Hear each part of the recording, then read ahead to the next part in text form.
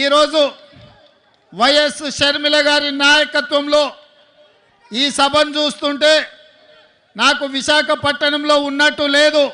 హైదరాబాదు నగరంలో తెలంగాణలో నేను నా కార్యకర్తలతో ఏర్పాటు చేసిన సభ ఎంత విజయవంతం అవుతుందో, వేలాది మంది వచ్చి అండగా నిలబడతారో ఇవాళ ఇక్కడ చూస్తుంటే నాకు హైదరాబాదు నగరంలో కాంగ్రెస్ పార్టీ సభను ఏర్పాటు చేసినట్టుగా ఉంది.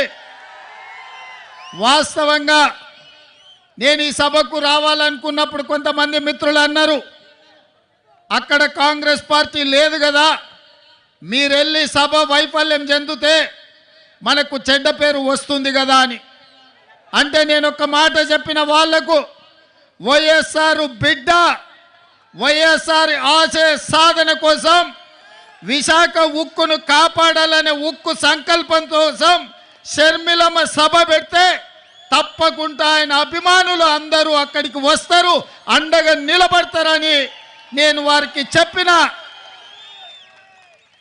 ఆ నమ్మకం విశ్వాసం డాక్టర్ వైఎస్ఆర్ మీద మీరు చూపించి షర్మిలమ్మను ఆశీర్వదించి విశాఖ ఉక్కును కాపాడుకోవడానికి వచ్చినందుకు మీకు అందరికీ మనస్ఫూర్తిగా ధన్యవాదాలు తెలియజేస్తున్న మిత్రులారా, భౌగోళిక రాష్ట్రాలుగా విడిపోయినాం. ఇక్కడ ఉన్నప్పుడు మనకు ఆంధ్రప్రదేశ్, తెలంగాణ.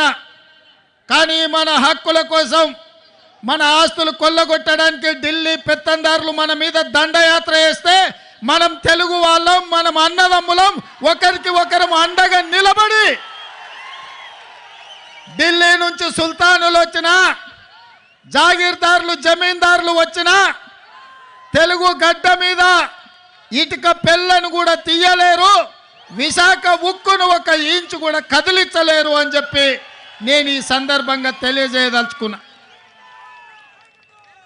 ఆనాడు కురుక్షేత్రం జరిగేటప్పుడు కౌరవులు, పాండవులు వేరు వేరు, వాళ్ళ మధ్యలో సమస్యలు వచ్చినప్పుడు పోరాటం వేరు.